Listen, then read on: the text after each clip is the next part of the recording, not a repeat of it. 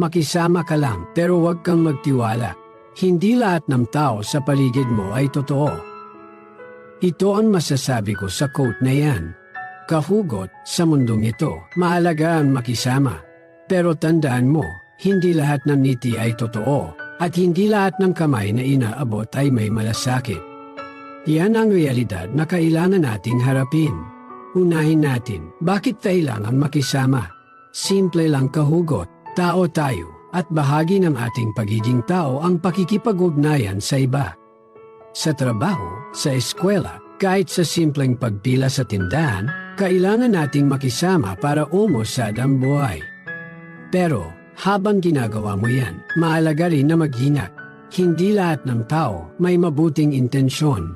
May iba dyan, nakaniti sa harap mo, pero pagtalikod mo, iba na ang kwento. Isipin mo, paano mo balansehin ang pakikisama at ang pag-iingat?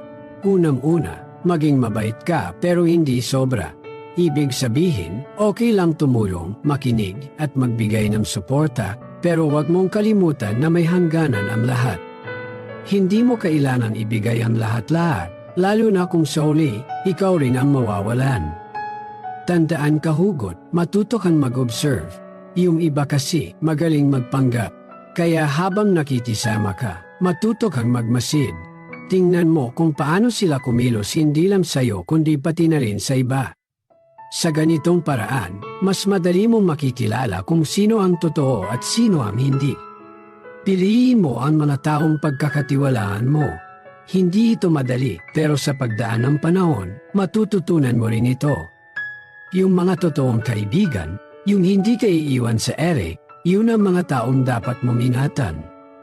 At higit sa lahat, magtiwala ka sa sarili mo. Oo, mahirap magtiwala sa iba, pero dapat hindi mawala ang tiwala mo sa sarili mo.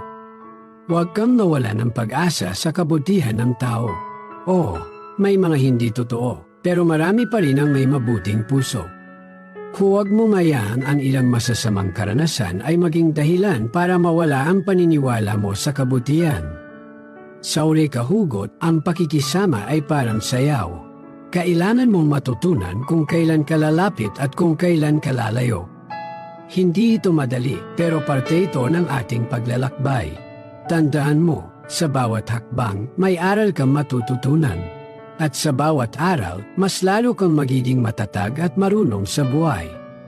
Kaya ngumiti ka, makisama pero lagi kang mag-ingat.